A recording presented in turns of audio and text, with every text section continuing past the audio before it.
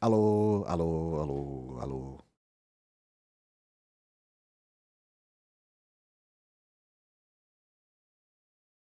Alô? É o servidor da Twitch, gente, não é a minha internet dessa vez. Eu troquei o servidor aqui e voltou.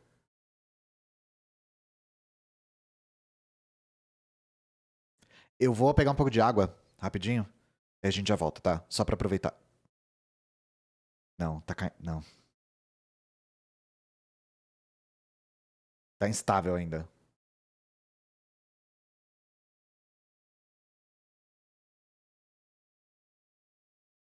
Provavelmente eu não caí ainda, mas tá instável.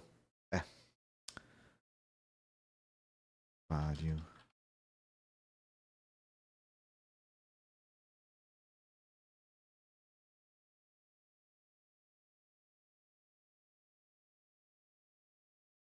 Tá caindo de novo. Vocês devem estar me vendo tudo picotado.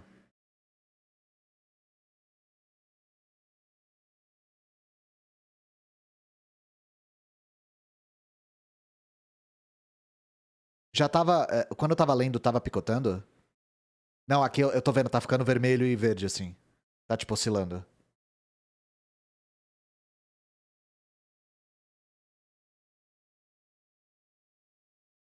Tá, eu vou. Vocês estão falando que. Eu tô vendo que tá oscilando, mas vocês estão falando que tá rolando, então eu vou deixar assim, tá? Eu vou só pegar água rapidinho.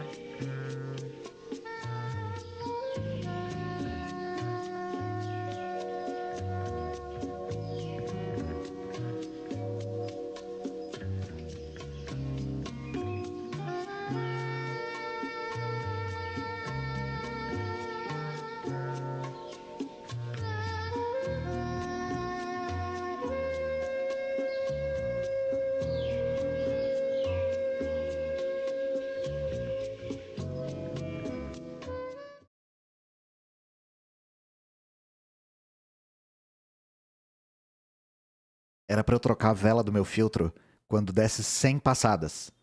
Tá no 300. Ou seja, talvez eu esteja tomando volume morto e não sei. Então se eu colapsar aqui, de repente a culpa é da água.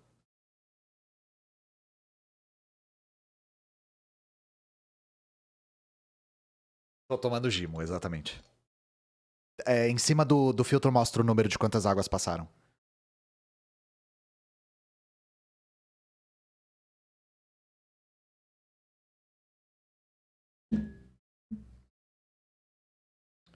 Mas o que eu tava falando era. Bom, primeira coisa que é importante a gente salientar, gente, é que pros liberais, essa teoria do valor não existe, tá? Pros liberais, isso aqui é heterodoxia. Isso aqui é uma excrescência. Eles não aceitam essa teoria. Para eles, isso aqui não faz sentido. Para os marxistas, não só essa teoria é real, como ela é a fonte da exploração. Ela explica a exploração. E aí, o que a gente tá falando era o seguinte. nós vendemos a nossa força de trabalho. E a nossa força de trabalho tem um valor. Como esse valor é determinado? Através do trabalho socialmente necessário para reproduzir essa força de trabalho. O que nos reproduz? Nossa casa, nossas roupas, nossa comida. Só que o que o Marx salienta, né? O Ostrovitchanov está só reproduzindo. Isso desde a ideologia alemã, desde os livros de filosofia do Marx, ele falava assim: quando a gente satisfaz uma necessidade. Heterodoxia é ao contrário de ortodoxia. Quando a gente satisfaz uma necessidade, nós criamos outra. Então, a humanidade, ela busca satisfazer as suas necessidades através do trabalho, e a partir do momento que a gente satisfaz uma, a gente cria outra. Então, o que ele está falando aqui é o seguinte: não basta dizer que o valor da força de trabalho é o que um operário precisa para comer e ter onde morar. Não é só isso. Porque as necessidades elas são socialmente criadas. Eu dou um exemplo. Hoje em dia, todo mundo da classe trabalhadora precisa ter geladeira. Precisa ter geladeira. É uma necessidade que nós precisamos, que nós formamos para nós como humanidade. A maneira como a gente estoca nossos alimentos e gerencia nossos alimentos precisa de geladeiras. E aí, por exemplo, isso entra na conta, digamos assim, do valor da nossa reprodução do trabalho. Entendem? Eu só tô dando um exemplo.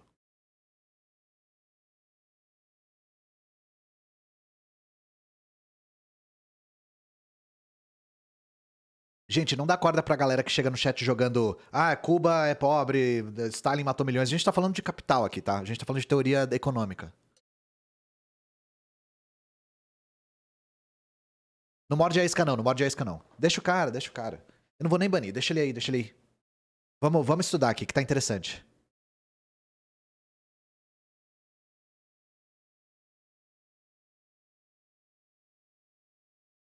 Pondo mãos à obra, o capitalista compra tudo o que é necessário à produção: instalações, máquinas, equipamentos, matérias-primas, combustíveis.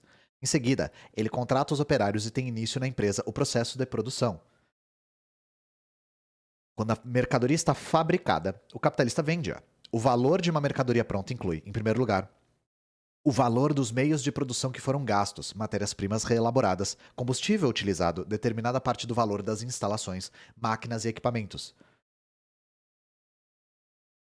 Em segundo lugar, o novo valor criado pelo trabalho dos operários daquela empresa. Eu não vou adiantar aqui porque eu já comi bola e adiantei coisa que ele vai explicar depois. Mas se ele não explicar no final, eu explico que eu retomo isso aqui, que isso aqui é importante. O que representa esse novo valor? O modo de produção capitalista pressupõe um nível relativamente alto de produtividade do trabalho, no qual, para criar um valor igual ao valor da sua força de trabalho, o operário não precisa mais do que uma parte da jornada de trabalho. O que ele está falando aqui? Como o capitalismo é muito produtivo, para o trabalhador criar valor equivalente ao valor da sua reprodução de trabalho, é bem rápido. O trabalhador rapidamente consegue criar o valor que é equivalente à sua força de trabalho. Isso aqui que ele está falando em outras palavras. Porque o capitalismo é altamente produtivo. Suponhamos que 1 hora de trabalho simples médio crie um valor igual a $1 e que o valor diário da força de trabalho seja igual a $4. Nesse caso, para repor o valor diário da sua força de trabalho, o operário deve trabalhar durante 4 horas. Ora, o capitalista comprou a força de trabalho para todo dia e obriga o proletário, a trabalhar não apenas 4 horas, mas sim durante todo o dia de trabalho. O que é, admitamos, 8 horas. Não era 8 horas até o século XX, tá? Era tipo 10, 12, 14, 16 até. Nessas 8 horas. O operário cria um valor igual a $8. Ao passo que o valor de sua força de trabalho é de $4. Eu dou um exemplo, gente. O Robert Owen era um industrial do começo do século XIX, que buscava criar uma utopia. Que é criar uma espécie de indústria e complexo industrial que seria perfeito para todos os envolvidos, burgueses e proletários. E aí, o Robert Owen, ele muito benevolente, ele faz uma coisa que ninguém nunca tinha feito. ele diminui o regime de trabalho de 12 horas para 10 horas. Imagina, só uma pessoa de coração muito puro conseguiria pensar em reduzir a jornada de trabalho de 14, 12 horas para 10 horas. Herói, exatamente, herói. Tá de parabéns esse aí. Vemos agora em que consiste o valor de uso específico da mercadoria força de trabalho para o comprador dessa mercadoria, o capitalista. Comprando a força de trabalho, o capitalista coloca à sua disposição a capacidade do operário para o trabalho. O capitalista utiliza a força de trabalho por ele comprada no processo de trabalho, que é, ao mesmo tempo, o processo de criação do valor. Portanto, o valor de uso da mercadoria força de trabalho é a sua propriedade de ser fonte de valor e de um valor maior do que aquele que ela própria possui. Ou seja, a grande sacada aqui é que o valor de uso da nossa força de trabalho é capaz de criar valor novo. E isso aqui é importante. Isso aqui é importante. Porque o que cria valor é o trabalho humano, gente. É o trabalho humano. Ah, mas e a automação? Talvez eu esteja me antecipando aqui. As máquinas, elas só são capazes de transferir o valor delas para a mercadoria. E é valor, gente, não é preço. É valor, tá? Mas esse é um mecanismo um pouco mais avançado que o Marx explica depois. E a gente já tem evidências empíricas de que o Marx estava certo, tá?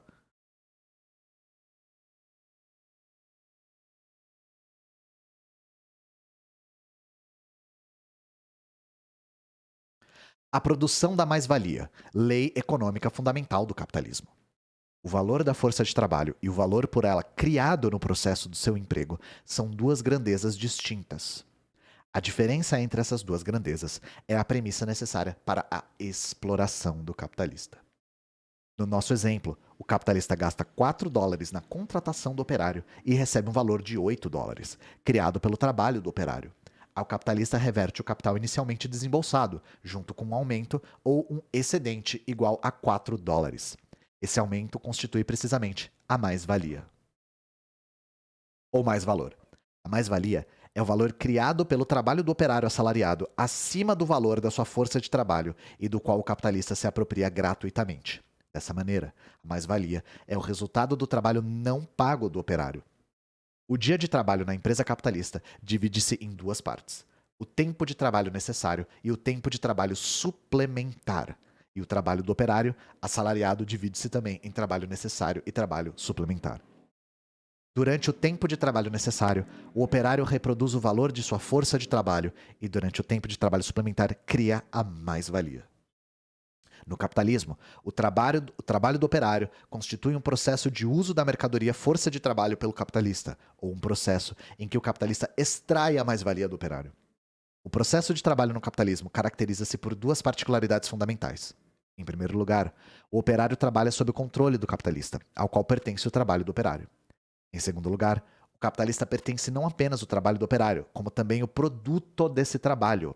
Tais particularidades do processo de trabalho transformam o trabalho do operário assalariado numa carga pesada e detestável. O objetivo imediato da produção capitalista é a produção da mais-valia. De acordo com isso, só é trabalho produtivo no capitalismo aquele que cria mais-valia. Pois se o operário não cria mais-valia, seu trabalho é improdutivo e supérfluo para o capital. Diferentemente das formas anteriores de exploração, isso é, do escravismo e do feudalismo, a exploração capitalista apresenta-se dissimulada. Quando o operário assalariado vende a sua força de trabalho ao capitalista, esta aparece à primeira vista como uma transação corrente entre possuidores de mercadorias, uma troca, como qualquer outra, de mercadoria por dinheiro, efetuada de acordo com a lei do valor. Entretanto, a transação de compra e venda da força do trabalho constitui somente a forma exterior, atrás da qual se oculta a exploração do operário pelo capitalista e se esconde a apropriação pelo empresário, sem qualquer equivalente do trabalho não pago do operário. Então, isso aqui é por isso que é tão importante a teoria da mais-valia, porque isso revela o mecanismo interno de exploração. Esse argumento é usado pelos defensores da burguesia e defensores do capitalismo até hoje. Ah, ele vendeu a força de trabalho dele e recebeu por isso. Como que isso é exploração? Pois é, né? Porque boa parte do trabalho dele, ele está criando valor que ele não recebe.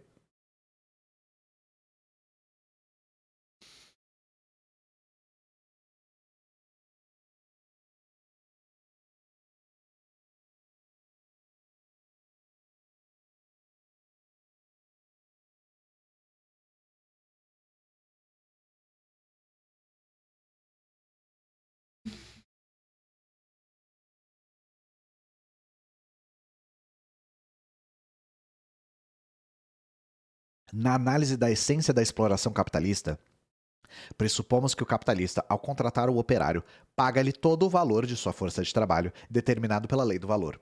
Mais adiante, quando do exame do salário será mostrado que, diferentemente dos preços das outras mercadorias, o preço da força de trabalho geralmente se desvia para baixo do seu valor, isso torna ainda maior a exploração da classe operária pela classe dos capitalistas.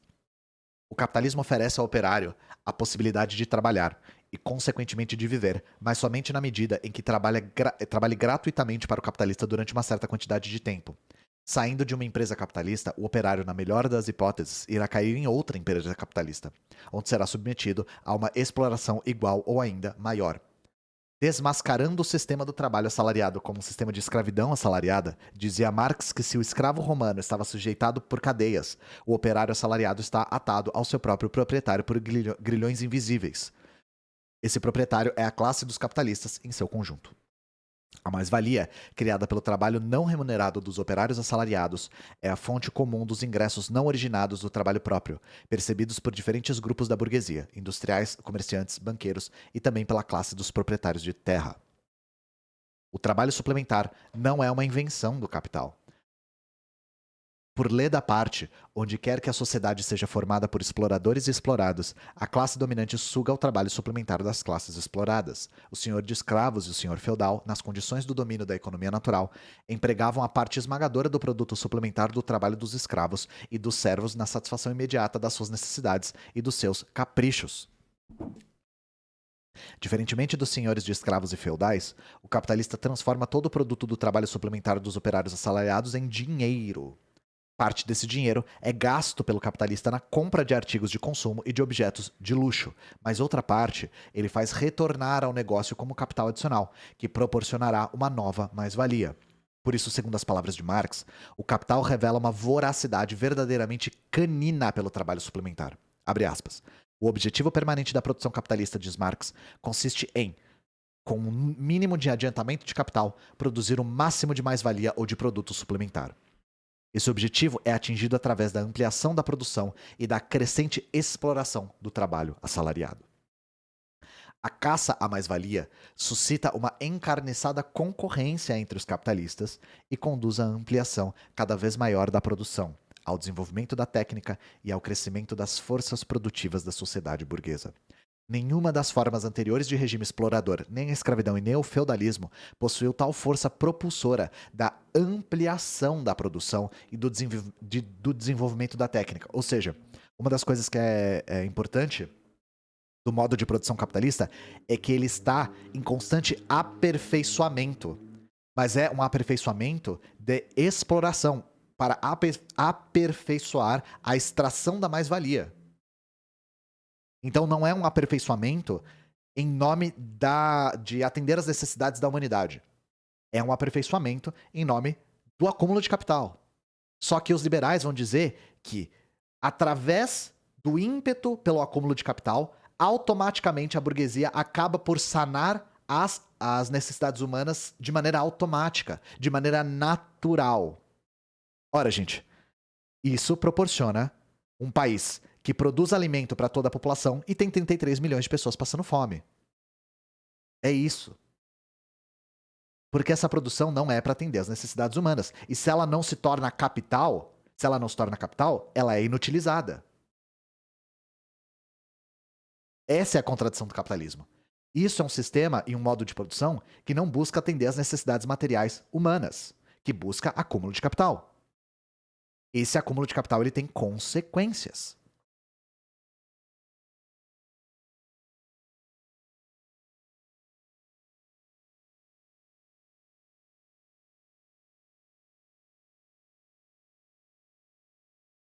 Tamo junto, Pancas. Eu tô aqui pra explicar mesmo.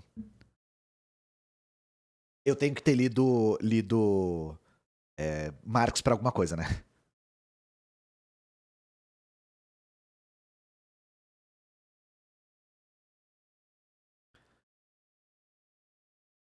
Ao mesmo tempo, a caça à mais-valia, dando origem a profundas contradições antagônicas entre o trabalho e o capital, agrava a anarquia da produção. Imprime ao desenvolvimento da produção capitalista extremas contradições, um caráter desigual e provoca um enorme desperdício das forças produtivas. A produção da mais-valia é a lei econômica fundamental do capitalismo. Marx escreveu, abre aspas, a produção da mais-valia, ou do lucro, tal é a lei absoluta desse modo de produção. Então, a mais-valia é o mecanismo sobre o qual o burguês lucra, tá? Lucra. Mas não é exatamente a mesma coisa. Se eu comprar uma bala por 10 centavos e vender por 20, eu lucrei. Mas eu não extraí mais-valia de ninguém, porque eu não posso explorar a mim mesmo. Então dá para você ter lucro sem ter mais-valia. Mas a mais-valia é o mecanismo sobre o qual a burguesia lucra. Eu não entendo por que tá tendo tanto troll, porque eu tô lendo Marx, velho. Eu tô lendo economia, tipo...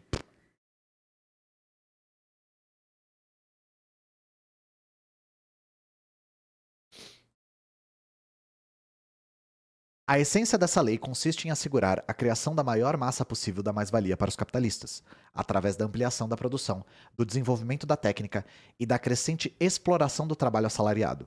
A produção da mais-valia, como lei econômica que é o movimento do capitalismo, condiciona a inevitabilidade do crescimento e do aprofundamento das suas contradições.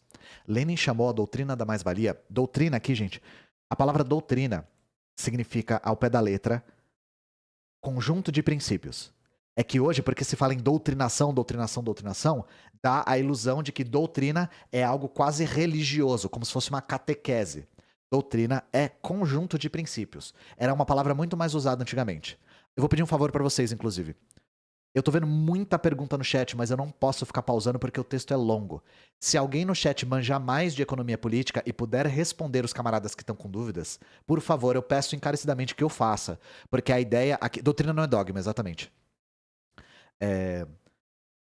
A ideia aqui é a gente aprender economia política junto, tá?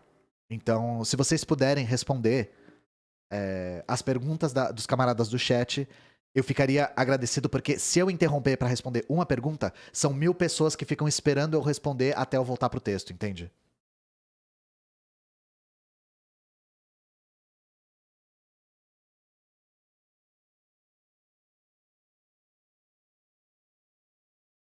Então vamos lá. Lenin chamou a doutrina da mais-valia de pedra angular da teoria econômica de Marx. Pedra angular é o que... É um princípio de arquitetura, que é a pedra que dá o ponto de partida das paredes. Então ela é uma base, um alicerce, um pilar, um centro, um núcleo.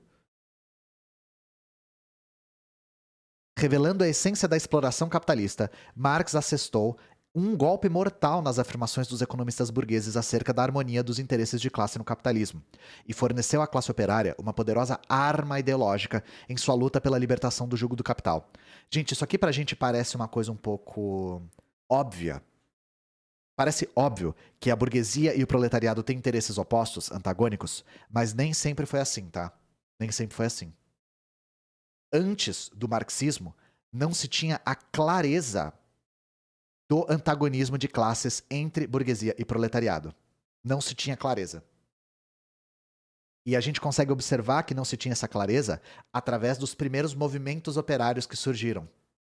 Que eram movimentos operários que não atacavam essa contradição. Isso não era óbvio. Novamente, os economistas burgueses liam a relação de produção capitalista como sendo uma troca voluntária. Como sendo, eu vendo a minha força de trabalho e você me paga, isso é justo. Então, muitas das motivações, por exemplo, no movimento cartista, que foi um dos primeiros movimentos de trabalhadores organizados na Inglaterra, obviamente na Inglaterra porque era onde o capitalismo era mais desenvolvido, as demandas eram por direitos políticos. Então, por voto direto, por sufrágio, pelo fim da aristocracia e o direito feudal. Era muito mais um ataque ao Estado, principalmente ao Estado, as reminiscências do Estado aristocrático, da servidão, do modo de produção feudal, mas nunca as relações de produção entre a burguesia e o proletariado. Nós temos um marco importante aqui, que é, depois da Primavera dos Povos, em 1848, isso ia se inverter. O antagonismo de classe entre burguesia e proletariado ficou tão explícito e óbvio em 48 que ele depois seria, aí para usar o termo, a pedra angular de todo o movimento revolucionário que veio depois. Não, o ludismo era... O ludismo era totalmente diferente. Ludismo era um movimento de destruição das máquinas. Porque a classe trabalhadora via na máquina a origem do seu sofrimento. E buscava retornar a um modo de produção anterior. Só que não dá pra você girar a roda da história pra trás, né? Então, se você destrói uma máquina, o capitalista vai lá e constrói outra, compra outra. Ele não constrói nada, né? Ele compra outra. E de máquina em máquina a gente vai destruindo e fazendo ação direta e nada muda, sabe? É muito mais difícil você destruir o sistema que mantém essa máquina daquele jeito do que ficar destruindo a máquina. Não dá pra dizer que é ultra-esquerdismo porque é um movimento de quando o capitalismo estava muito jovem ainda.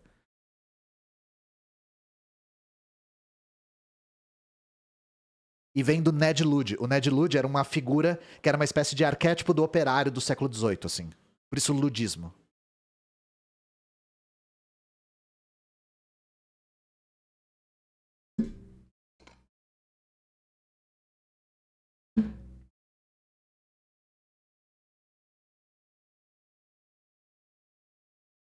O capital como relação social de produção. O capital constante e o capital variável. Ah, tá. Então ele vai explicar.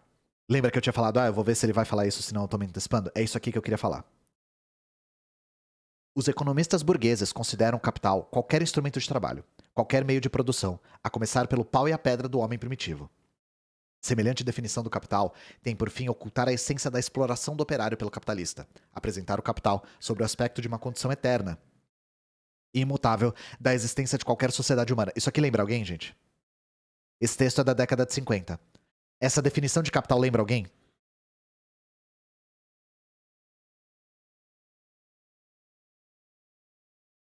O capital é qualquer instrumento de trabalho. O capital é uma condição eterna e imutável da existência de qualquer sociedade.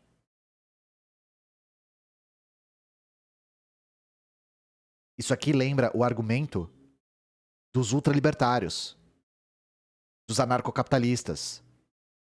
Os anarcocapitalistas acreditam que o capitalismo sempre existiu, porque o capitalismo são trocas voluntárias. O capitalismo é você trocar uma maçã por uma laranja, isso é capitalismo. O Rothbard fala isso. O capitalismo sempre existiu. E o que impede ele de prosperar é o Estado. Então, para vocês verem que desde essa época, essa bravata liberal já existia, tá? E isso tudo serve para mascarar o mecanismo interno de exploração que é particular do capitalismo, tá? De fato, a pedra e o pau usados pelo homem primitivo serviam-lhe como instrumento de trabalho, mas não eram capital. Também não são capital os instrumentos e a matéria-prima do artesão, os implementos, a semente ou gado de tração do camponês, que explora uma economia baseada no trabalho individual. Os meios de produção só se transformam em capital em determinado estágio do desenvolvimento histórico, quando constituem propriedade privada do capitalista e servem como meio de exploração do trabalho assalariado. Com a liquidação do regime capitalista, os meios de produção passam para a propriedade social e cessam de ser capital. Desse modo, o capital não é uma coisa, e sim uma determinada relação social entre os homens no processo da produção, e que tem um caráter historicamente transitório. Isso aqui está no Manifesto Comunista. O capital não é uma coisa, mas uma relação social. Por isso que ele é tão difícil de identificar de maneira espontânea. Por isso que nós precisamos de uma teoria revolucionária para identificar o capital, para revelar o seu mecanismo. Porque ele não é uma coisa, ele é uma relação social. Muito menos ele é uma relação individual. E isso vocês vão ver muitos liberais usando exemplos individuais. Eu tenho um determinado burguês, e aí tem um determinado trabalhador, e esse determinado trabalhador não é assim, gente. É uma relação social que precisa ser compreendida num contexto social.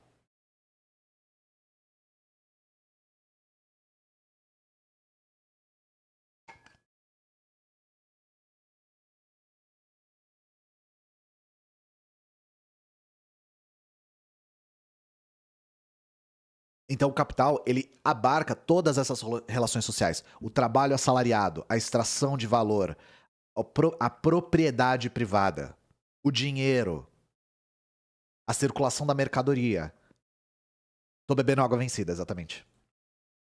O capital é o valor que, através da exploração de operários assalariados, produz mais-valia. Então, é por isso que a gente falou, eu falei isso mais cedo, né? O capital é valor que gera valor. Isso aqui é uma outra maneira de colocar. O capital é valor que, através da exploração, produz mais-valia. Segundo as palavras de Marx, o capital é, abre aspas, o trabalho morto que, como um vampiro, só se nutre sugando o trabalho vivo e vive tanto mais quanto mais trabalho vivo ele absorve. Eu acho que isso aqui tá na crítica do programa de Gotha, inclusive. Não, tá no Capital. O Marx gostava de analogia com vampiro. No Capital está implícita a relação de produção entre a classe dos capitalistas e a classe operária. A relação que consiste no fato de que o capitalista, como donos que são dos meios e das condições de produção, exploram os trabalhadores assalariados que criam para eles a mais-valia.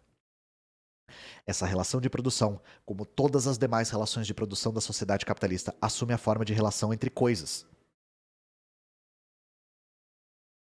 e se apresenta como uma propriedade das coisas mesmas, os meios de produção, de proporcionar lucros aos capitalistas. Nisto consiste o fetichismo do capital. O modo de produção capitalista cria-se a enganosa aparência de que, supostamente, os meios de produção ou determinada quantidade de dinheiro com a qual se podem comprar os meios de produção possuem em si mesmos a milagrosa capacidade de proporcionar ao seu proprietário uma renda regular, que não se origina do trabalho. Gente, fetiche vem de feitiço. O que o Marx quer dizer com fetiche do capital, o fetichismo do capital? É como se o capital se movesse por si só. É como se você aplicasse dinheiro, comprasse máquinas e ela sozinha, magicamente, como alguém que toca o boé e sobe uma cobra, se move e gera riqueza.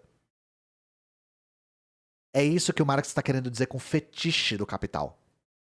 É de feitiço. É como se o capital se movesse sozinho, magicamente. O Marx revela a relação social interna de exploração do capital. O capital não se mexe magicamente.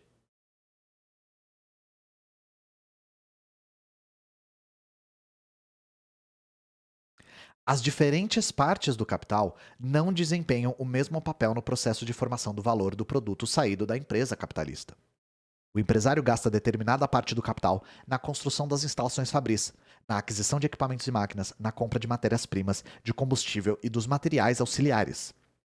O valor desta parte do capital transfere-se para a nova mercadoria produzida, na medida em que os meios de produção são empregados ou se desgastam no processo do trabalho. Essa parte do capital, que existe sob o aspecto do valor dos meios de produção e cuja grandeza não varia no processo de produção, chama-se, por isso, capital constante. Isso aqui é um conceito fundamental do marxismo. As máquinas, a matéria-prima, a energia é o capital constante. O valor desse capital todo é transferido para a mercadoria. Quando você usa matéria-prima, vidro, máquinas, energia para produzir uma garrafa, o valor não é preço, o valor da máquina, do vidro, da energia é transferido para essa garrafa. A outra parte do capital é gasta pelo empresário na compra de força de trabalho, isso é, na contratação de operários. Em troca dessa parte do capital gasto, no fim do processo de produção, o empresário recebe um novo valor que foi produzido pelos operários em sua empresa. Esse novo valor, como já vimos, é menor do que o valor da força de trabalho comprada pelo capitalista. Dessa maneira, a parte do capital gasta na contratação de operários varia de grandeza no processo de produção. Cresce em consequência da criação pelo operariado da mais-valia, da qual o capitalista se apropria. Essa parte do capital, despendida na compra da força de trabalho, isso é, na contratação de operários, e que cresce no processo de produção, chama-se capital variável. Ou seja, o valor oriundo da energia, das máquinas, da matéria-prima é capital constante e o capital gerado pelo trabalho humano é capital variável. É o trabalho humano que cria valor novo. Marx designa o capital constante com a letra C e o capital variável com a letra V, e a mais-valia com a letra M. Foi Marx quem, pela primeira vez, dividiu o capital em duas partes, uma constante e outra variável. Graças a essa divisão, foi revelado o papel particular do capital variável, que é despendido na compra da força de trabalho. A exploração dos operários assalariados pelos capitalistas é a verdadeira fonte da mais-valia. Ou seja, as máquinas, a matéria-prima, a energia não é a fonte da mais-valia. O trabalho humano é a fonte da mais-valia. A descoberta do duplo caráter do trabalho materializado na mercadoria serviu a Marx de chave para estabelecer a diferença entre o capital constante e o capital variável, para a descoberta da essência da exploração capitalista. Marx mostrou que, com o seu trabalho, o operário cria simultaneamente um novo valor e transfere para a mercadoria produzida o valor dos meios de produção. Com o trabalho concreto determinado, o trabalho do operário transfere para o produto o valor dos meios de produção gastos e, como trabalho abstrato, como um gasto geral de força de trabalho, cria um novo valor. Esses dois aspectos do processo de trabalho se diferenciam muito claramente. Assim, por exemplo, no caso de ser duplicada a produtividade do trabalho na indústria da fiação, o fiandeiro, durante a sua jornada de trabalho, transfere para o produto o dobro do valor dos meios de produção, uma vez que elabora o dobro da massa de algodão. Mas o valor novo por ele criado será o mesmo que antes.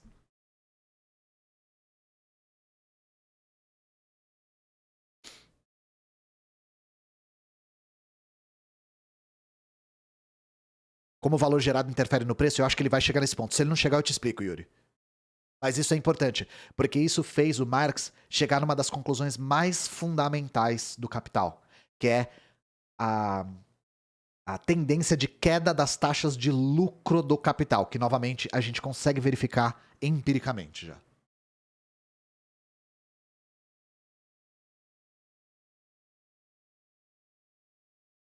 E aí a questão é a seguinte, gente. Eu acho que está muito claro para qualquer pessoa que observa os 200 mais anos de capitalismo que nós temos, que o capitalismo é um regime de exploração. Porque qual é o raciocínio por trás de um modo de produção que tem uma capacidade produtiva absurdamente alta e que, ao mesmo tempo, joga milhões de pessoas na miséria? Só é possível num modo de produção baseado na exploração. A questão é que o Marx ele revela como se explora. Como se explora. E é importante que o Marx revele como se explora para a gente construir uma sociedade sem exploração. De fato, parece um feitiço. Pois é, por isso a palavra fetiche.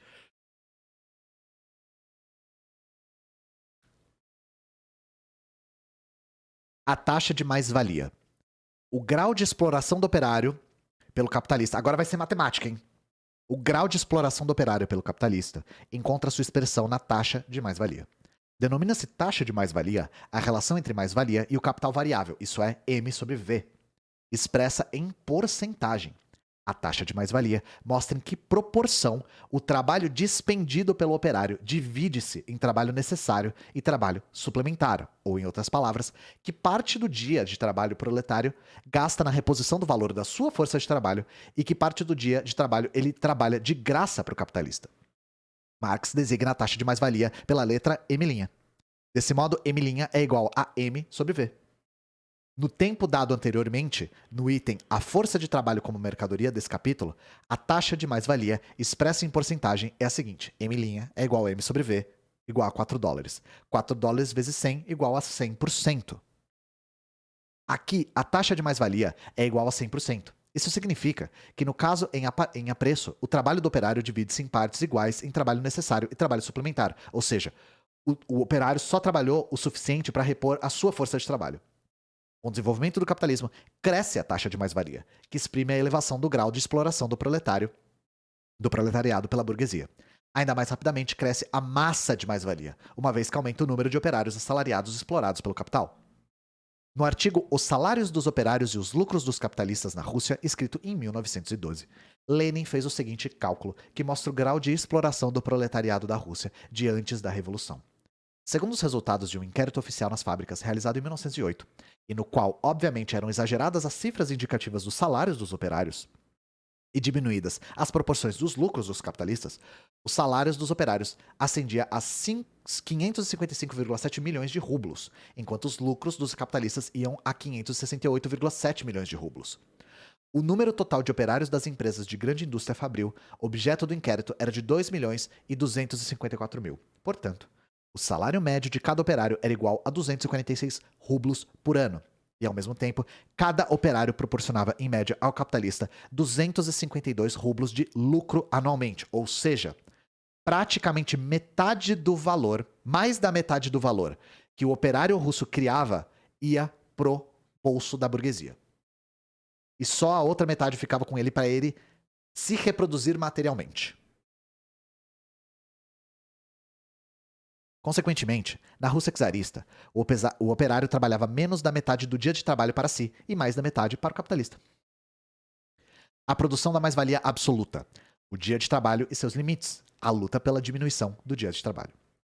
A fim de aumentar a mais-valia, cada capitalista aspira a ampliar por todos os meios a parte de trabalho suplementar arrancada do operário. Nos primeiros estágios de desenvolvimento do capitalismo, quando a técnica era rudimentar e se desenvolvia com relativa lentidão, tinha importância primordial o aumento da mais-valia através da prolongação do dia do trabalho. Tomemos como exemplo um dia de trabalho de 12 horas de duração, que era comum, no começo do capitalismo, das quais 6 horas são de trabalho necessário e as outras 6 de trabalho suplementar. Representemos esse dia de trabalho como uma linha, na qual cada divisão é 1 hora. Então nós temos aqui 1, 2, 3, 4, 5, 6, 7, 8, 9, 10, 11, 12. Ah, não, é essa linha aqui, eu contei os traços, né? 1, 2, 3, 4, 5, 6, 7, 8, 9, 10, 11, 12. Aqui eles dividiram. Tempo de trabalho necessário, 6 linhas. Tempo de trabalho suplementar, 6 linhas. Suponhamos que o capitalista aumente a mais-valia por ele recebida mediante a prolongação do dia do trabalho em 2 horas.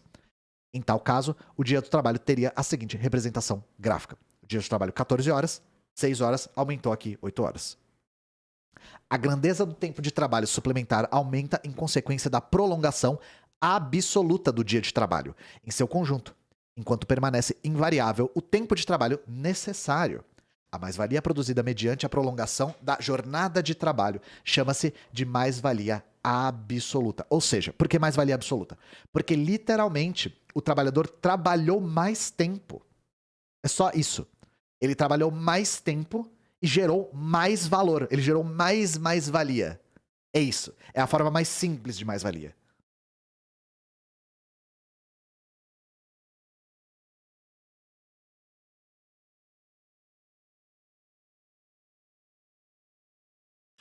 Esse texto é de um economista russo chamado Ostrovitchanov.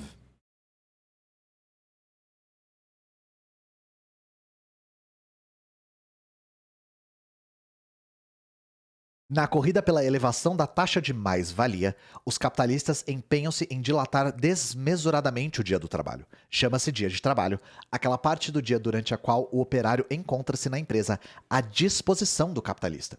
Se isso fosse possível, o empresário obrigaria os seus operários a trabalharem 24 horas por dia. Entretanto, durante certa parte do dia, o homem deve refazer suas forças, descansar, dormir, alimentar-se.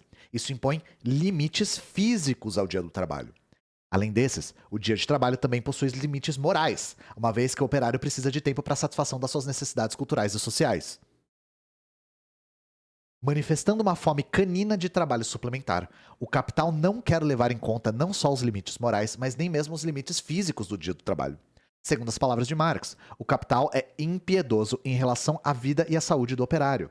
A brutal exploração da força de trabalho reduz a duração de vida do proletário e acarreta a elevação da mortalidade entre a população operária. No período do aparecimento do capitalismo, o poder estatal promulgava leis especiais no interesse da burguesia, a fim de obrigar os operários assalariados a trabalhar o maior número de horas possível. A técnica mantinha-se, então, no nível baixo. As massas de camponeses e artesãos podiam trabalhar independentemente, e por isso o capital não tinha um excesso de operários à sua disposição. A situação modificou-se com a difusão da produção mecanizada e com o aumento da proletarização da população. O capital passou a dispor de operários em quantidade suficiente, os quais, ante a ameaça de morrer de fome, eram obrigados a submeter-se aos capitalistas. Com isso, desapareceu a necessidade das leis, prolongando o dia do trabalho. capital passou a ter possibilidade de prolongar o dia do trabalho a limites extremos, recorrendo à coação econômica. Em tal situação, a classe operária iniciou uma luta tenaz pela redução do dia do trabalho. Precisamente na luta pela redução legal do dia do trabalho, como indicou Marx, abre aspas, dos movimentos econômicos dispersos dos operários, nasce em toda parte um movimento político, isso é, um movimento da classe, que aspira a satisfazer os seus interesses numa forma geral, isso é, numa forma que seja obrigatória para toda a sociedade. Foi a Inglaterra o primeiro país onde se desencadeou a luta pela promulgação de leis reduzindo o dia do trabalho. Por quê? Na Inglaterra, o capitalismo se desenvolveu mais rápido. E conforme o capitalismo. Isso é uma das grandes sacadas do Marx, inclusive. Conforme o capitalismo vai se desenvolvendo, ele vai gestando as suas próprias contradições. O capitalismo, ao se desenvolver, ele joga mais gente na miséria, ele explora mais intensamente a própria classe e ele, através da proletarização da sociedade, vai gestando o que será a sua ruína, que é a própria classe, a própria revolta da classe trabalhadora. Então é por isso que ele está falando aqui. Foi na Inglaterra o primeiro país onde se desencadeou a luta. Por quê? Porque lá os ingleses eram mais visionários? Não, porque lá o capital estava mais desenvolvido.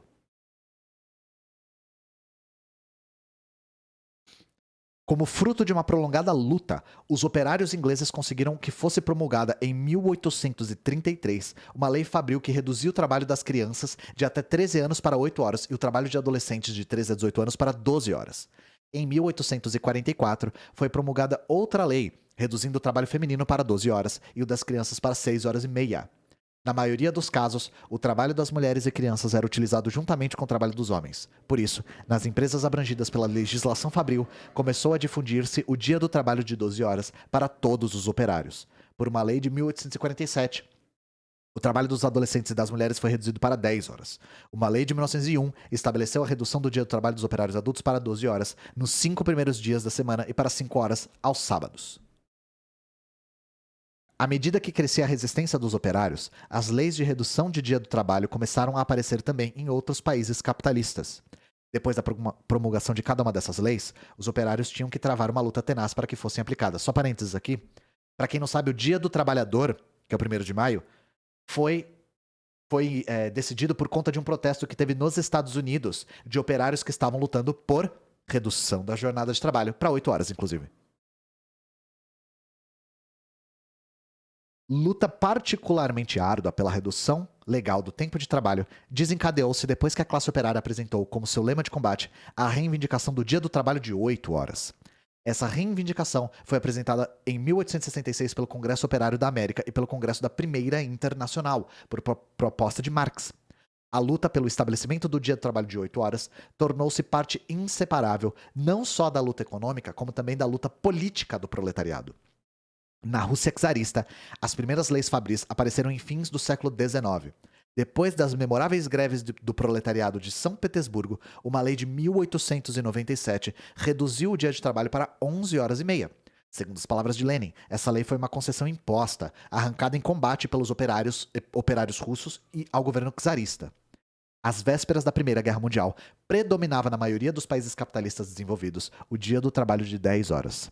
Em 1919, sob a influência da Grande Revolução Socialista de Outubro, que estabeleceu o dia do trabalho de 8 horas na Rússia soviética, e do medo da burguesia em face à ascensão do movimento revolucionário, os representantes de uma série de países capitalistas firmaram em Washington um acordo instituído do dia do trabalho de 8 horas em escala internacional. Mas depois todos os grandes estados capitalistas recusaram-se a ratificar esse acordo. Entretanto, sob a pressão da classe operária, foi introduzido em muitos países capitalistas o dia do trabalho de 8 horas. Mas os patrões compensaram a redução do dia do trabalho mediante a uma brusca intensificação do trabalho.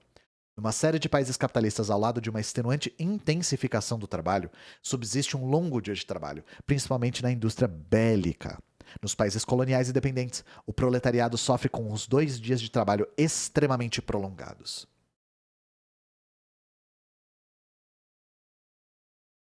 Ah, inclusive, parabéns, Lyudmila Pavlichenko, né? Tem o emote dela aí no chat.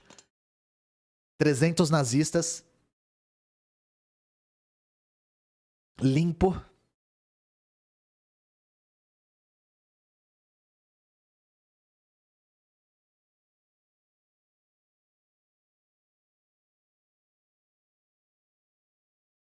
E nem, 0 homens mortos, exatamente. Lyudmila Pavlichenko, 0 homens mortos. Deixa eu mostrar um negócio pra vocês.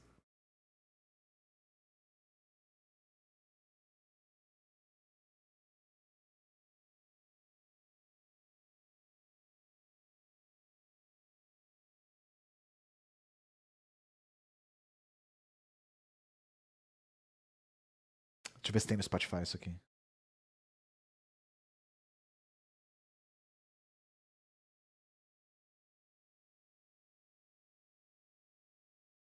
Pra quem não sabe o texto, exclamação texto, gente.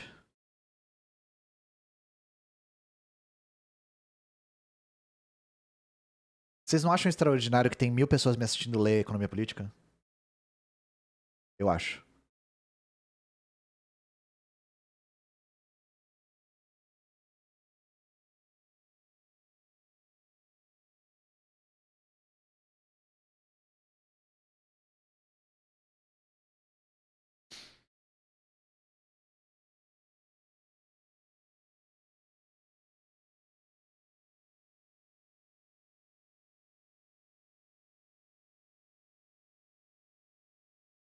Tô procurando um negócio, gente. Achei.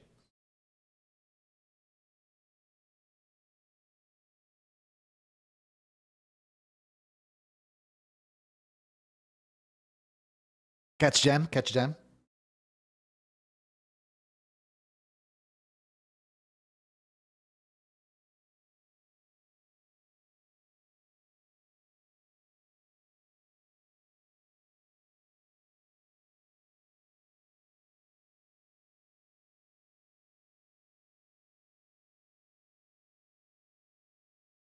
Pra quem nunca viu o Woody Guthrie,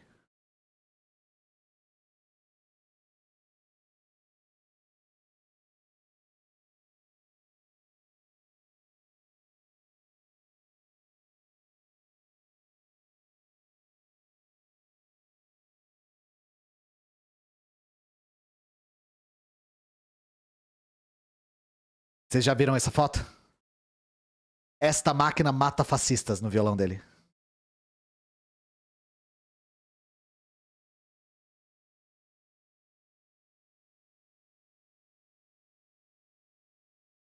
Faz o L de Lilda, né?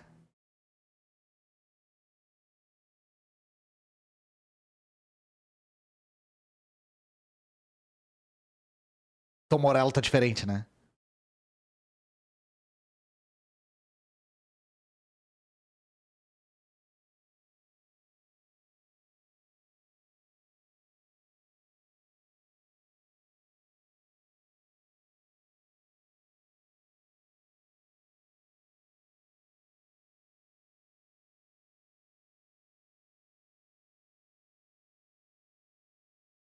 "300 nazistas e nenhum homem." É. A produção da mais-valia relativa. Último capítulo, eu acho. O aumento da mais-valia através do prolongamento do dia de trabalho choca-se, como vimos, com a resistência dos operários. Isso obriga os capitalistas a buscar outro método de elevação do grau de exploração do operário. Tal método, mantendo invariável a duração do dia do trabalho, consiste em reduzir o tempo de trabalho necessário e, em consequência, aumentar a mais-valia recebida pelo capitalista. O aumento da produtividade do trabalho nos ramos dedicados à produção de objetos de consumo dos operários e também nos que fornecem instrumentos e materiais para a produção desses objetos de consumo conduz a uma redução do tempo de trabalho necessário à produção de tais objetos. Devido a isso, diminui o valor dos meios de existência dos operários e baixa correspondentemente o valor da força de trabalho.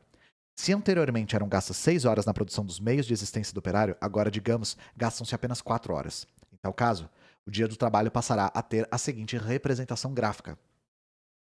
Ou seja, não sei se vocês entenderam.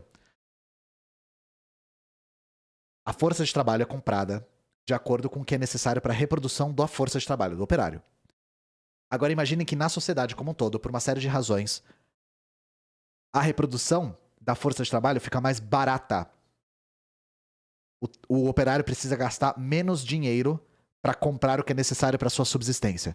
Isso faz com que o lucro do burguês, o lucro do capitalista, aumente de maneira relativa. Então vocês entendem como é uma relação complexa? E isso é uma das coisas que nós marxistas enxergamos no como é que é o nome? Eu sempre esqueço o nome em português. Universal Basic Income, lá no que o monarca, que liberal adora. Renda básica universal, obrigado. A renda básica universal, ela... Gente, eu dou uma dica geral pra vocês. Se um liberal concorda em alguma coisa que é bom pra classe trabalhadora, aí tem algum tipo de armadilha aí, tá? Porque você vê gente defendendo renda básica, assim, você vê uns direitistas. A questão é, a renda, exatamente o que o Henrique Colasso falou. Renda básica universal é uma pegadinha. E, de uma certa forma, ela aumenta a mais-valia relativa.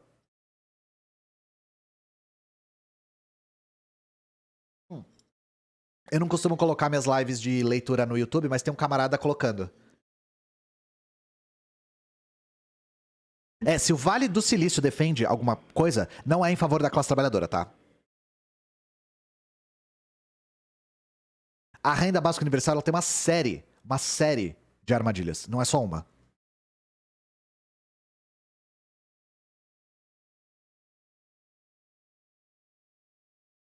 Ah, então o que vocês comunistas defendem? Pleno emprego. Nós defendemos pleno emprego, tá? Pleno emprego. Todo mundo deve e pode trabalhar. A duração do dia do trabalho permaneceu a mesma, mas a grandeza do tempo do trabalho suplementar aumentou devido ao fato de haver modificado a relação entre o tempo de trabalho necessário e o tempo de trabalho suplementar. A mais-valia, que surge em consequência da diminuição do tempo de trabalho necessário e do correspondente aumento do tempo de trabalho suplementar como resultado da elevação da produtividade do trabalho, chama-se mais-valia relativa. Nos primeiros estágios do desenvolvimento do capitalismo, a mais-valia absoluta tinha predominância, mas com a introdução da produção mecanizada, quando uma técnica altamente desenvolvida possibilita uma rápida elevação da produtividade do trabalho, os capitalistas manifestam a tendência de intensificar a exploração dos operários, principalmente através do aumento da mais-valia relativa. Ao mesmo tempo, tal como antes, eles se empenham na prolongação do dia do trabalho e particularmente no aumento da intensidade do trabalho. Para o capitalista, a intensificação do trabalho nos operários surte o mesmo efeito que a prolongação do dia do trabalho.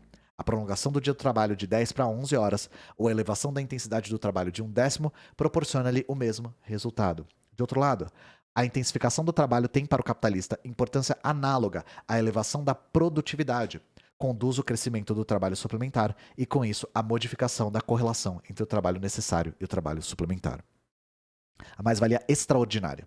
Uma variedade de mais-valia é a mais-valia extraordinária. É obtida naqueles casos em que o capitalistas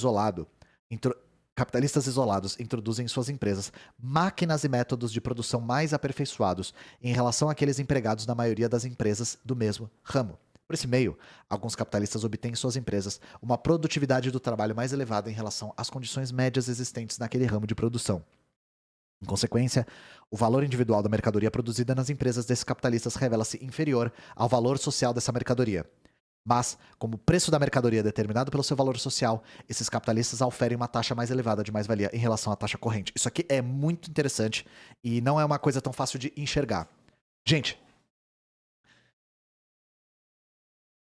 diminuir o valor da mercadoria é algo benéfico para os capitalistas, tá? Quando um capitalista diminui o valor da sua mercadoria, isso é algo que proporciona a extração de mais-valia extraordinária. Então, eu sei que é complicado. Por quê? Imagina o seguinte. Você produz garrafa. Todo mundo produz garrafa, e aí a garrafa custa R$10. Porque somando todo o capital constante e o capital variável necessário, com a técnica necessária, o preço que se estipula no mercado é R$10.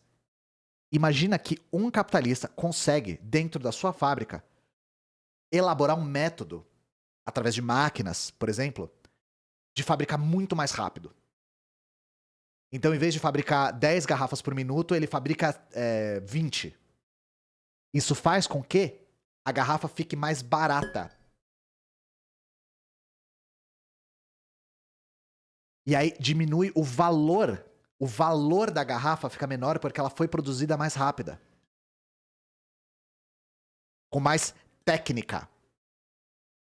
Porque o valor é menor, mas o preço no mercado é estipulado pelo valor das outras fábricas. Esse capitalista que conseguiu produzir com valor menor lucra mais. Então é muito contraintuitivo isso, mas é por isso que é importante entender a diferença entre valor e preço.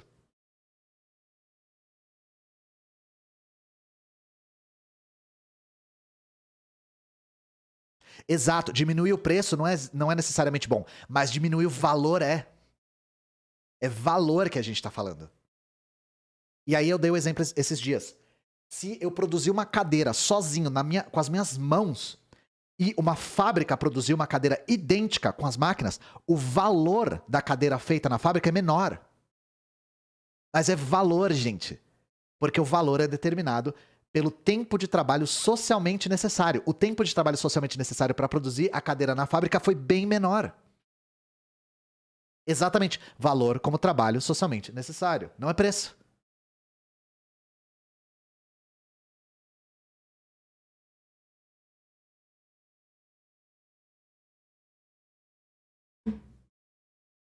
A automação é um exemplo. A automação diminui muito o valor das mercadorias.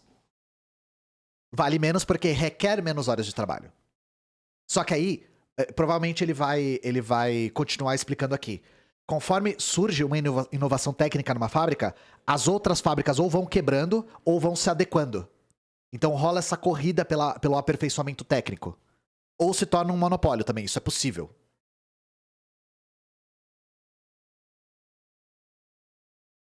Então, acabei de falar de como se forma um monopólio.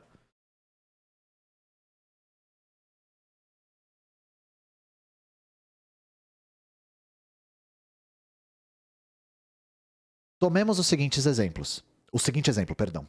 Suponhamos que numa fábrica de cigarros, um operário produz 1.000 cigarros por hora e trabalha 12 horas, das quais 6 ele gasta para criar um valor igual ao valor da sua força de trabalho.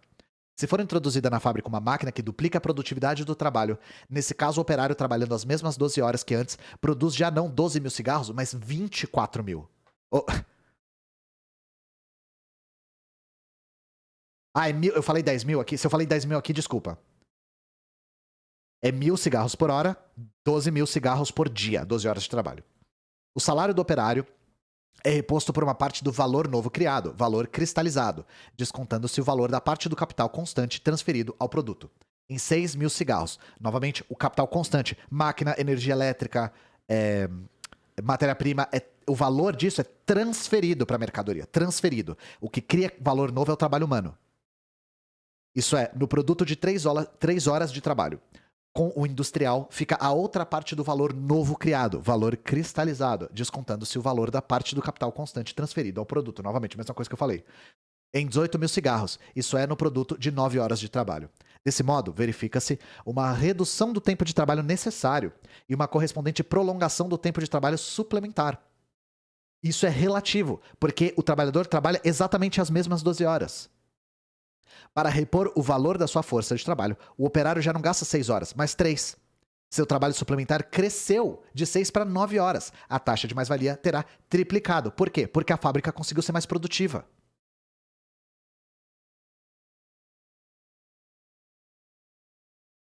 A mais-valia extraordinária é o excedente da mais-valia em relação à taxa normal, excedente que é auferido por aqueles capitalistas que reduzem o valor individual das suas mercadorias produzidas em sua empresa. A obtenção da mais-valia extraordinária é sempre um fenômeno transitório nas empresas isoladas onde ocorre, isso que eu falei.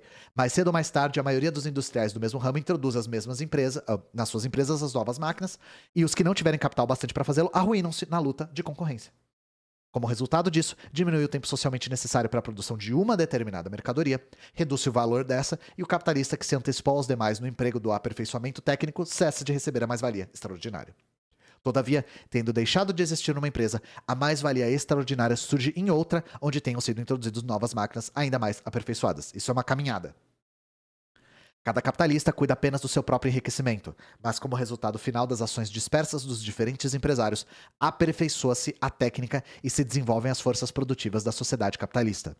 Ao mesmo tempo, a caça à mais-valia impele cada capitalista a ocultar dos concorrentes suas conquistas técnicas, engendra os segredos comerciais e tecnológicos. Fica, pois, patente que o capitalismo opõe determinados limites ao desenvolvimento das forças produtivas. Então, isso aqui é importante. Fica, pois, patente que o capitalismo opõe determinados limites ao desenvolvimento das forças produtivas. O Marx diz: todo modo de produção é a interação entre força produtiva e relação de produção. No caso do capitalismo, nós temos forças produtivas que são atravancadas pelas relações de produção. O capitalismo impede a nossa sociedade de ser mais produtiva. E aí, isso já foi provado pelas experiências socialistas. Eu sempre uso o exemplo da União Soviética. A União Soviética deu um salto de produtividade tecnológico que a humanidade nunca tinha visto. Por quê? Porque a União Soviética alterou as relações de produção. As relações de produção capitalistas são um entrave para a produtividade. Entrave. São muito mais produtivas do que o feudalismo, do que o escravismo, mas são um entrave. Elas estão obsoletas.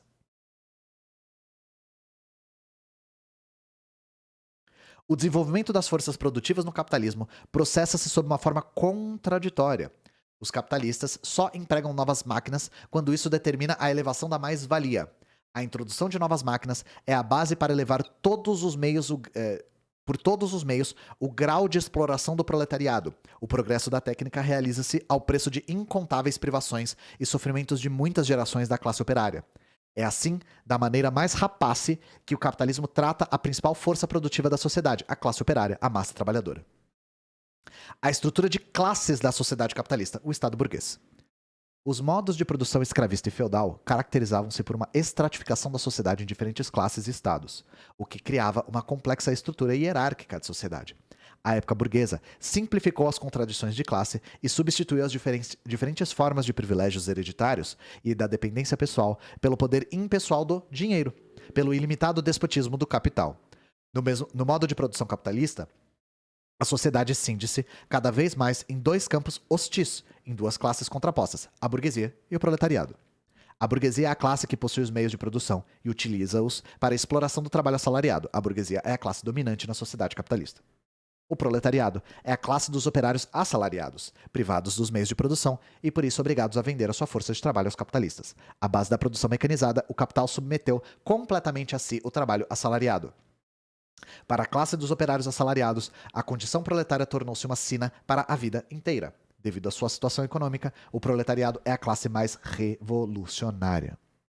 A burguesia e o proletariado, que são as classes fundamentais da sociedade capitalista, têm interesses opostos e irreconciliavelmente hostis. O desenvolvimento do capitalismo torna mais profundo o abismo entre a minoria exploradora e a massa explorada. Juntamente com a burguesia e o proletariado, existem no regime capitalista as classes dos latifundiários e dos camponeses. Essas classes procedem do regime feudal anterior, mas em certa medida modificam seu caráter nas condições do capitalismo. No capitalismo, os latifundiários constituem a classe dos grandes proprietários de terras, que, em geral, arrendam as terras aos capitalistas arrendatários ou aos pequenos produtores camponeses, ou ainda organizam em suas terras a grande produção capitalista com o emprego do trabalho assalariado. O campesinato, em sua massa fundamental, é a classe dos pequenos produtores, que exploram sua economia com o próprio trabalho e empregando meios de produção que lhe pertencem. Nos países capitalistas, o campesinato constitui parte considerável da população. As camadas fundamentais do campesinato são exploradas pelos latifundiários, camponeses ricos, comerciantes e usurários. No curso do processo de diferenciação, do campesinato saem constantemente elementos que, de um lado, vão engrossar a massa do proletariado e, de outro, tornam-se camponeses ricos capitalistas.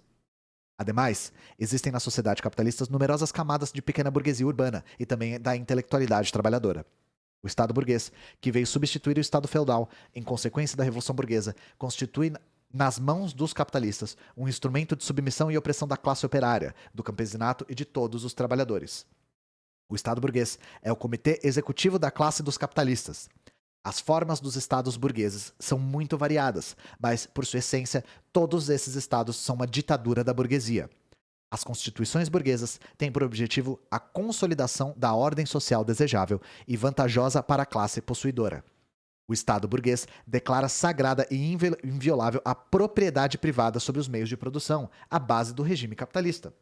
O Estado burguês garante a propriedade privada capitalista sobre os meios de produção, assegura a exploração dos trabalhadores e reprime sua luta contra o regime capitalista.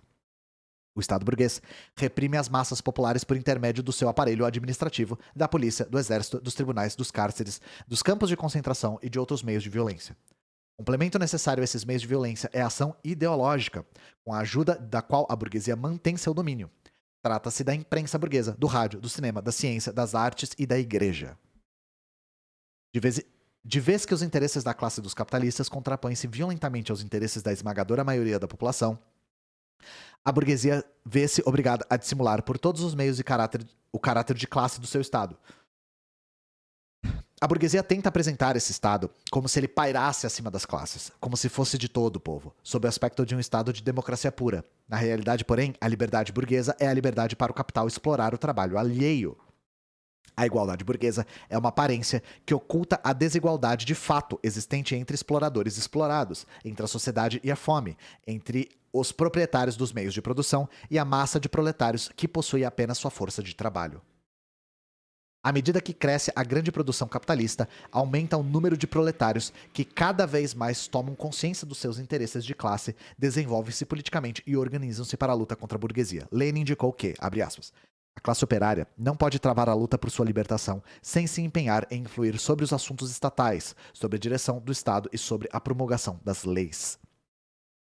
O proletariado utiliza-se das formas da democracia burguesa para consolidar suas posições econômicas e políticas, para ampliar sua influência sobre as outras camadas trabalhadoras, com o fim de liquidar a dominação burguesa e conquistar a verdadeira democracia. O proletariado é a classe trabalhadora que está vinculada à forma avançada da economia, a grande produção. Graças à sua função econômica na grande produção, o proletariado é o chefe de todas as massas trabalhadoras exploradas. O proletariado industrial, como a classe mais revolucionária, mais avançada e organizada da sociedade capitalista, está chamando a unir em torno de si as massas trabalhadoras do campesinato e todas as camadas exploradas da população para a luta pela liquidação da exploração capitalista e pela transformação da sociedade sobre bases socialistas. Peraí, deixa eu ver isso aqui de novo. O proletariado utiliza-se das formas da democracia burguesa para consolidar suas posições econômicas e políticas, para ampliar sua influência sobre outras camadas trabalhadoras com o fim de liquidar... Tá certo, tá certo. Achei que eu tinha lido errado. É isso, gente. Tancaram um texto aí de 1 hora de economia política limpo.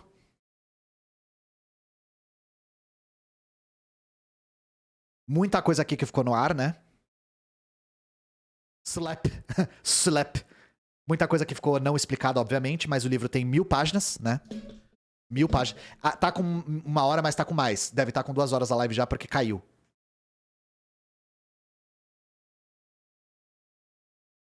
Mas é isso, de pouco em pouco a gente vai ler tudo. Deixa eu ver qual que é o próximo capítulo. Inclusive, esse aqui é muito importante porque é mais-valia, né? Mais-valia é importante da gente entender. Mas vamos ver qual que é o próximo. Nós lemos... 1. Objeto da economia política. 2. Modos de produção pré-capitalistas. 3. A produção mercantil, o aparecimento do modo de produção capitalista. E 4. O capital e a mais-valia, a lei econômica fundamental do capitalismo. 5. Os 3 estágios do desenvolvimento do capitalismo na indústria. A cooperação simples, o período manufatureiro, a revolução industrial, a industrialização, a fábrica, a grande indústria e a socialização capitalista do trabalho. Depois 6. O salário. 7. A acumulação do capital e empobrecimento do proletário. 8. O ciclo e a rotação do capital. 9. O lucro médio e preço de produção. Isso aqui é importante. Do lucro médio. Que é um mecanismo bem difícil de entender. 10. O capital comercial e lucro comercial. 11. O capital de empréstimo e os juros de empréstimo. 12. Renda da terra, desenvolvimento do capitalismo na agricultura. Isso aqui é uma pergunta que eu vi no chat.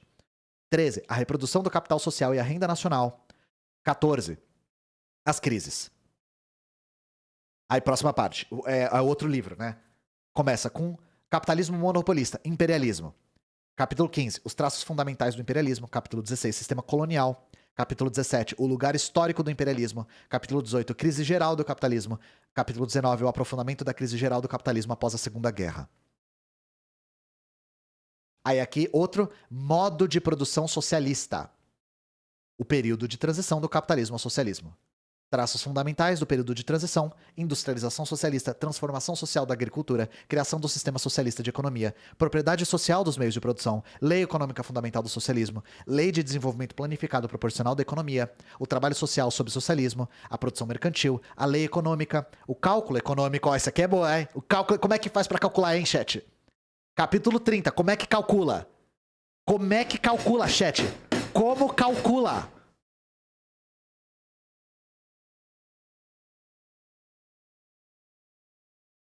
Alguém me conta como é que faz pra calcular.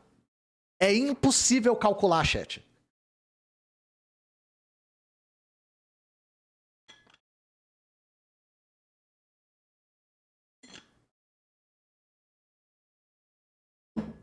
Pra quem não sabe, os liberais eles são metidos a ficar tipo, ah é? Ah é? Vou te refutar, hein? Como é que calcula o preço no socialismo? Como faz pra calcular?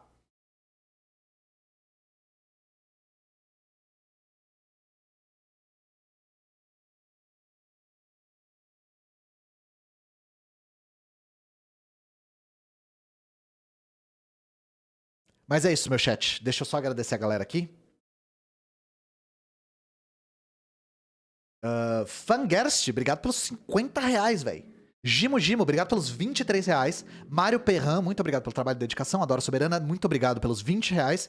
Birutuber, o Ad do Brasil Paralelo me perguntando por que. Ah, isso aqui eu já respondi. É. Obrigado pelas doações, gente.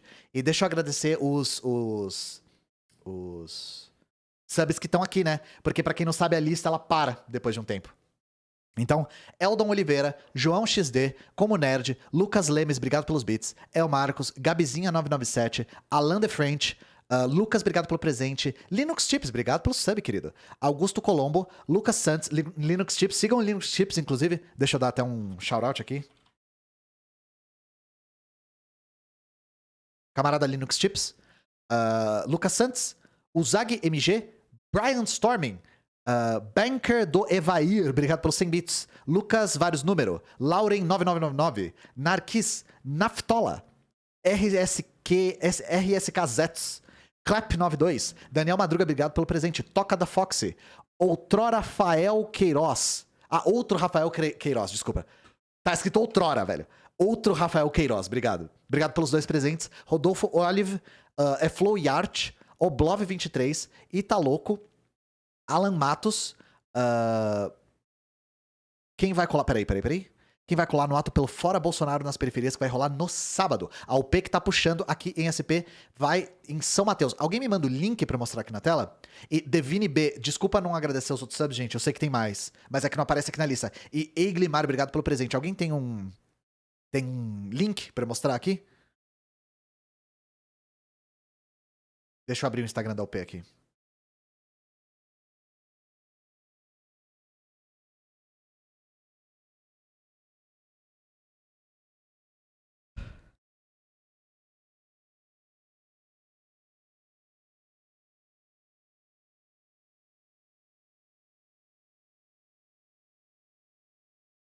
Tá nos stories? QD.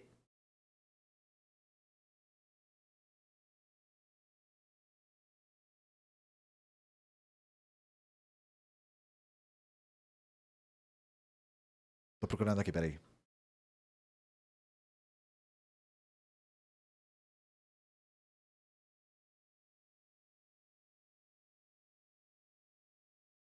Ô, sacro.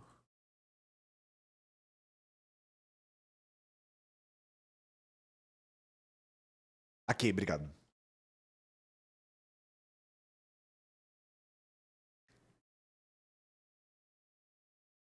Dia 16, Ato Nacional, Povo na Rua da Periferia.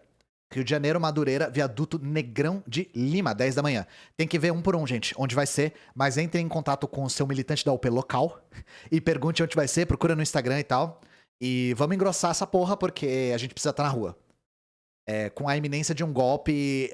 Vive me perguntando o que a gente faz, o que a gente faz. Não existe outra arma senão a nossa organização e a nossa mobilização.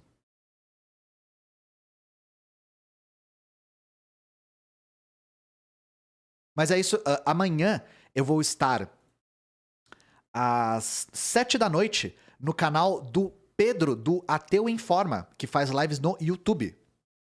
Então, espero vocês lá. O Pedro é um cara que eu acompanho desde muito, de verdade, assim. E ele me convidou pra participar do canal pra falar sobre história pública, inclusive. Que pra quem não sabe, não é só o meu nome do meu canal, mas é um conceito. E a gente vai falar sobre esse conceito. Então, amanhã, live no YouTube às 7, no canal do Pedro. Eu divulgo lá no Discord pra todo mundo ficar sabendo. O Pedro é a velha guarda do YouTube, né? Quando o YouTube era só por fazer por vontade, não dava nenhum tipo de retorno, né? E agora o Como Ninja está on, então vamos de raid para o camarada. Muito obrigado, Pedrão Vírus e Felipe Taué, pelos subs também, tamo junto. E Modesto B, obrigado pelos bits. Valeu por tirar meu receio da radicalização. Esse é um dos trabalhos que eu mais tento fazer. Tirar o receio das pessoas. Porque todo mundo é radical por dentro, só tem medo de o ser. Raid da Liuda, exato, boa. Raid da Liuda. Então é isso, gente. Um beijo pra vocês. Leiam Economia Política, bebam água e fiquem com Deus.